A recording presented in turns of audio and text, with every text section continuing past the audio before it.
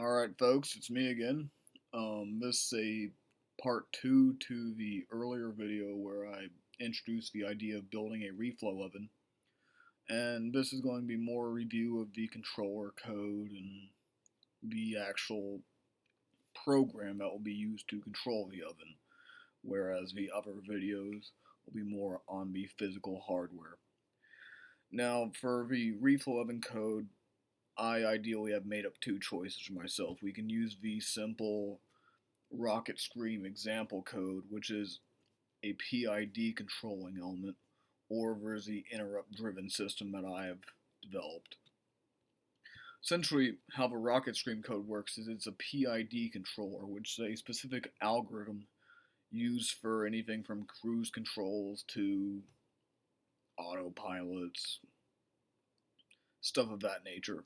Essentially, what it consists of is a proportional term, an integral term, and a derivative term.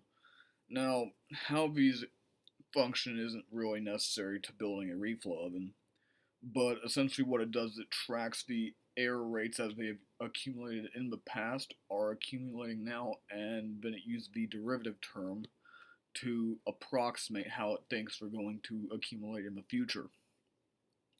As such, this is a continuously adjusting algorithm, and it's suitable for many things which need to continually be able to tune themselves. For example, you can't just tell a car to go to a certain speed and stay there because at whatever throttle position you're going to continue to accelerate, albeit slowly. So it has to constantly be able to modulate your throttle position to affect the constant speed. There are two issues with PID controllers. That is overstepping and the other being integrator windup, which is in this particular portion the integral term. What overshooting is where essentially, um, let's think of how to describe this. What happens is you pick a particular particular number of set points, which are how aggressive the controller will retune your parameters. The issue is that if it needs to make a change smaller than the lowest set point it can manage, then you're going to continually give this oscillation. An example of this is if you need a value that isn't an integer, but you tell it to increase by integers. So if you need a value of 13.5, if you're at 13, you're going to increase to 14 if you tell it to step by 1. And then when it realizes it's above the set point, it's going to drop one integer, so back down to 13, and it will never get to 13.5. It will just simply oscillate between those two values. Integrator windup is a condition where this integral term begins to track a large amount of error. What this is an example of is a large truck or a vehicle going up a hill. It may be such that no matter what your throttle position, you cannot maintain the set point speed. I mean, even if you're going full throttle on a big 18-wheeler, you're not going to get up that hill at 80 miles an hour. That's not going to be the case. So therefore, what's going to happen is this integrator loop during that time is going to be tracking a large quantity of error. And there are various ways of getting around this, namely tracking back where you go the other direction, you go past the set point to reduce that error. But that is one possible thing that can jam a PID controller. Now, in this code, in this example code, I mean, obviously you have various reflow states such as idling, preheating, soaking, reflowing, cooling.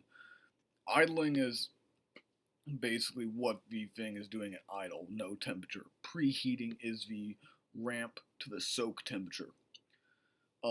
Soaking is an elevated temperature of the devices are kept at while in reflow, so that they thermally adjust to the heat. If you increase temperature too fast, you can thermally shock the component. The metal will expand at a different rate than the ceramic chip bodies will. You can end up cracking dies that way, or busting bond wires, or any number of other things that happen when you increase temperature too quickly.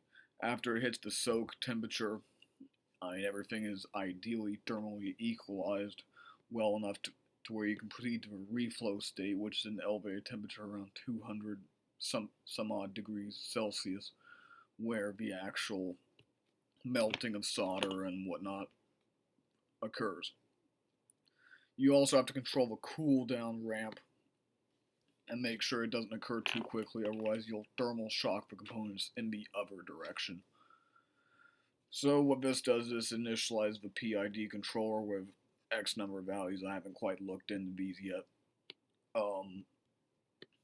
But it then proceeds to go through the reflow process.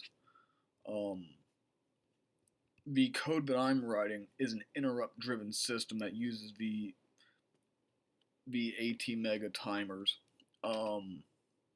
Simply sets them for a period of 1 second, and then first of all reads the temperature, and from there determines whether it needs to go up or down based on what the value of the ramp is supposed to be at that specific point. Multiplying the ramp rate versus with time gives you the correct value. So what it does, it evaluates that, and then it determines whether to turn off that SSR of the heating elements or maintain them in the on position, depending on, and can't speak today. Because of the fact that this is reevaluated, goddamn, every second, this is, I can see it being within acceptable margins of error.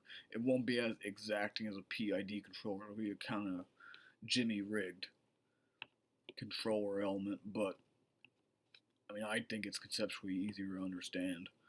And that's why in the comments, description, I'm going to post both the links to the Reflow oven controller code from Rocket Scream as well as my Reflow oven controller code.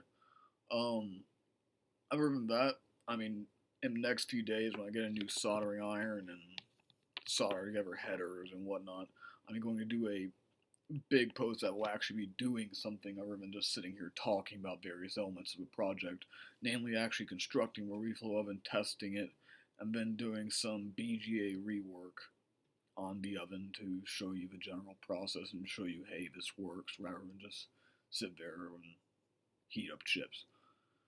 Alright, well, again, bear with me. I'm not used to the idea of doing videos. I'm more of a website writer, blogger, poster kind of guy, so bear with me. I'll get better with this as it goes. If you have any questions, put them in the comments section. I'll try to respond to them. I don't exactly have much better to do right now, so alright, stay tuned for more, guys.